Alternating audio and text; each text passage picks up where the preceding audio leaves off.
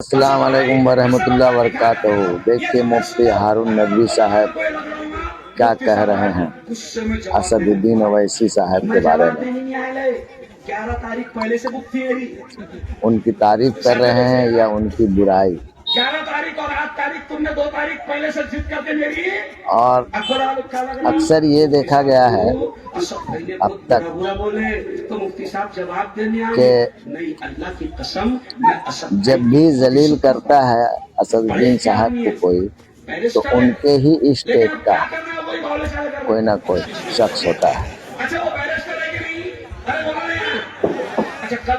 इससे पहले सलमान साहब बुराई कर रहे थे। कई लोगों ने उनके ही शहर का, उनके ही स्टेट का इनको अच्छा नहीं मानता है, जबकि ये हक की बात करते हैं हर किसी के लिए, हिंदू हो, मुस्लिम हो, सिख हो, ईसाई हो, कोई भी हो। और अगर वो परेशान है या उसके साथ कोई ऐसी बात हुई है तो सबसे पहले आवाज़ उठाने वाला शख्स अगर कोई हिंदुस्तान में है तो वो असद साहब है। लेकिन फिर भी उनके ही खिलाफ में लोग ज़्यादा बुरा भला कहते नजर आते हैं। और ये इस्लाम का एक बात भी रहा है कि हर वो अच्छा काम करने वाला इंसान दुश्मन उन्हीं के पास ज़्यादा होते हैं। जो भी इंसान अच्छा काम करेगा दुश्मन उनके पास ज़्यादा मिलेंगे, उनको बुरा भला कहने वाला ज़्यादा मिलेगा। मिसाल के तौर पे पूरी दुनिया में सबसे ज़्यादा खिलाफ का कोई बात करता है तो वो है इस्लाम का, क्योंकि इस्लाम अच्छी बात कहती है। लेकिन इस्लाम का दुश्मन पूरी दुनिया में है, तो इससे कोई फर्क नहीं पड़ने वाला है। कहने वाले कहते रहें, उससे असदुद्दीन ओवैसी को कोई भी फर्क नहीं पड़ेगा इंशाअल्लाह रहमान। उनको फेमस होने का शौक है, फेमस हो रहे हैं, पूरी दुनिया देख रही है उनको। कोई बात नहीं, करते रहें।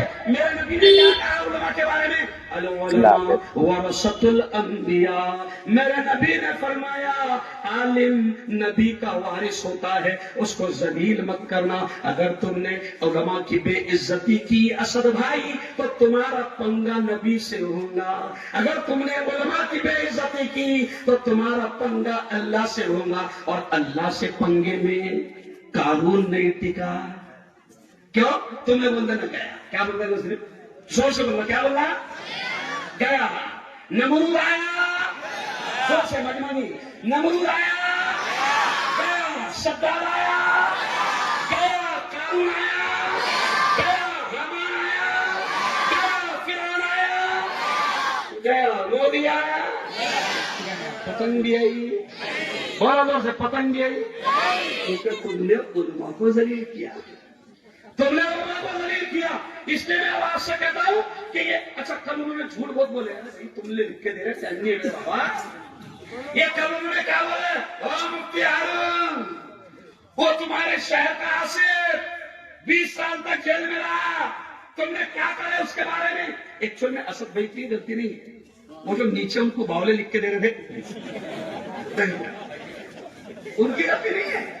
ये जो अपने बावले थे, वो बावलों ने मेरे बारे में मालूम तो कर लिया था। अरे असद भाई तुम पागल बन गए बावलों के चक्कर में। जाओ असद भाई, ये जो आसिफ 20 साल तक जेल में बंद था, जाओ आसिफ से पूछो लाए मेरे को भाई, क्या बोल रहे यार? ये फोटो का छोड़ दे, फोटो देखो मेरा, मैं वीडियो वालों को दूंगा। आसिफ 20 साल जेल में रहा। आसिफ के बच्चों को कुरान मुफ्ती हारून ने पढ़ाया। आसिफ 20 साल जेल में रहा। आसिफ की बेटी का निकाह मुफ्ती हारून ने पढ़ाया। आसिफ के बेटे का निकाह मुफ्ती हारून ने पढ़ाया। और जमीयत उलमा का मैं सदर हूँ, जमीयत उलमा का सदर हूँ। पूरे मुल्क में जमीयत उलमा बेकसूर मुसलमानों के केस लड़ती है, जिनको फांसी की सजा होती है।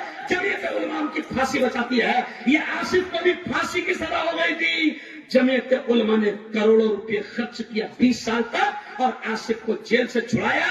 फोटो देख लेना, आसिफ जेल से आया तो सबसे पहले मुफ्ती हारून का शुक्रिया अदा करने के लिए आया। अरे असद भाई मामले बात मत करो ना बाबा, क्यों जवान को मनवा करने लगा है? अच्छा इलेक्शन में मैं क्यों नहीं बोल रहा, सुन लो, ये चाल थी असद भाई। देखो सुनो सुनो कि मुसलमान लड़े, मुफ्ती आए और कल मेरी उधड़े और फिर बीजेपी को मजा। असद भाई मैं बावला नहीं है, तुम्हारा काम है मुसलमानों को आपस में लड़ाना। तुम्हारी पार्टी का नाम है इत्तेहादुल मुस्लिमीन। अरे तुम तो जा रहे वहां इंतशारुल मुस्लिमीन हो रहा, मुसलमान आपस में। अरे बोलो फिर जा रहे। मैं आपसे कहता असद भाई, आपके अब्बा ने नाम रखे अच्छा बिल्कुल क्या करें, मुफ्ती हारून तुम्हारी पहली माशूका समाजवादी की। नहीं, तो मैंने कहा असद भाई तुम्हारी 30 साल तक के माशूका कांग्रेस की गोद में बैठ के मलाई खाए अभी भी। अच्छा तेलंगाना में अभी भी असद भाई मलाई खाने के लिए मुफ्ती हारून की गोद में बैठे, कांग्रेस की गोद में बैठ गए और अखबारों में आकर लोगों को कांग्रेस के खिलाफ बोल रहे। सच्ची बोलना तुम्हारी मां की कसम खाना। 1.25 घंटा असद अवैसी की तकरीर हुई, 1.25 घंटा। भाजपा पर 2 मिनट बोले और कांग्रेस पर 50 मिनट बोले। और कमाल की बात है, लोगों को अखबार वाले पहचानते नहीं थे। असद भाई मैं हैदराबाद आऊंगा मिठाई का डब्बा लेकर, क्योंकि तुमने 30 मिनट मेरे बारे में बोले तो आज इतनी पब्लिक में कुछ सुनना है। नहीं तो 8 तारीख को आके जाए तो किसको पता भी नहीं था। असद भाई का शुक्रिया, असद भाई ने मेरे टीआरपी बोला बढ़ा दी। असद भाई इलेक्शन में तुम चाहते हो कि मुसलमान लड़ने नहीं देंगे हम। ये साजिद पठान वो है कि जो जिसको अभी आपने मुझसे सुना कि हिंदू भाइयों ने 25,000 वोट दिया, वो है साजिद पठान। तुम क्यों आए हो? 35 साल तक के जब यहाँ बीजेपी नहीं थी तो असद भाई के मुबारक कदम नहीं आए थे। और जब पता चल रहा है कि साला है मुसलमान जीतता गया तो फिर बीजेपी ने बोली असद भाई तुम्हारा जाना जरूरी बोला मुसलमान जीत रहा। कांग्रेस जिता रही, असद भाई हेलीकॉप्टर कभी दे देता, जाओ तुम। अरे इतना बड़ा नेता और नाले के इलेक्शन के लिए दोबारा। अरे बोलो इतना बड़ा नेता और नाले के इलेक्शन के लिए कितने बार आना? अरे बोलो दोबारा। अच्छा साजिद पठान ने हिंदू भाइयों के लिए निधि मांगा तो मुफ्ती फतवा जाएगा क्या? तेरा भाई अकबर ने 20 करोड़ मांगा वापस तो मंदिर के लिए, काली मंदिर के लिए। देखना वीडियो चलो ऊपर कैमरे लगाओ। अकबर वैसी क्या बोल रहा, मुख्यमंत्री से क्या बोल रहा विधानसभा में, वीडियो देख लेना। अकबर वैसी कितना अच्छा है कि अकबर एक मुसलमान को भगवान ने तौफीक दी। मुसलमान तुमसे 20 करोड़ मांग रहा है काली मंदिर के लिए। अकबर के जुमले है कि भाई वाशियत नहीं हो रहा क्या? तेरा भाई मांग रहा 20 करोड़ मंदिर के वास्ते तो सेकुलर नेता हो गया। पहले 15 मिनट में लड़ाया करा रहा था, नहीं भैया पहले कितने में नहीं। ये सब इंतशारुल मुस्लिमीन है, इत्तेहादुल मुस्लिमीन नहीं है। और असद भाई तुमको भी वार्निंग दे रहा वाला मैं, बहुत डेंजर है मेरे बारे में, तुमने जाने नहीं पूरा। अरे ये बावलों को बोल रहा अच्छा बताओ मेरे बारे में। मैं पत्रकार भी है, मैं वायरल न्यूज का मालिक भी है, मैं नजरुल टाइम्स पेपर का मालिक भी है, मैं जमीयत उलमा का सदर है, मैं कुरैशी बकर कसाब बिरादरी का हिंदुस्तान का अध्यक्ष है, मैं जमीयत उलमा और मुस्लिम पर्सनल बोर्ड के जरिए से हुकूमत की आंखों में आंखें डालकर बीजेपी के खिलाफ बात करता हूँ। असद भाई बाले चाले मत करना, गलत जगह हाथ। मैं इज्जत करता हूँ आपकी, इसलिए आपसे कहूंगा बस आखिरी बार आपसे क्या कहूंगा, ये जितनी भी घड़ी आ रही, मैं छोटा था साजिद भाई 12 साल का, जब से साला 10:10 हो रही बंदी क्या है? ये वही अजीत दादा पवार है कि जब मेरे नबी की शान में उस साधु ने गुस्ताखी करा था तो ये वही अजीत पवार है और ये वही शिंदे का साथी है जिसने ये कहा था कि हम इस साधु की ऐसी हिफाजत करेंगे कोई इसके बाल को धक्का भी नहीं लगा सकते। ये वही अजीत पवार है। मुसलमानों शर्म आनी चाहिए। जिन मुसलमानों ने अजीत पवार का टिकट लिया उनको शर्म आनी चाहिए।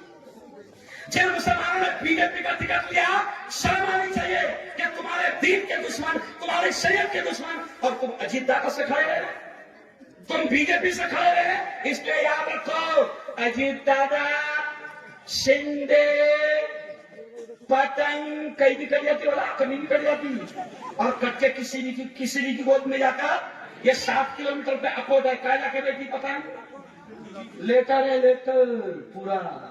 और ये तुम्हारा मेषरान जो है ना, ये फिरौन है, फिरौन के चिच्चा का बेटा है, जालिम है। इसने 3500 मुसलमानों को बांग्लादेशी बताने की कोशिश किया ना। मुसलमानों इस जालिम को याद रखना। यहां खड़े रहे कि नहीं मुझे मालूम नहीं, लेकिन जा भी खड़े होगा, मेषरान को उसकी औकात दिखा देगा। तो इंशाअल्लाह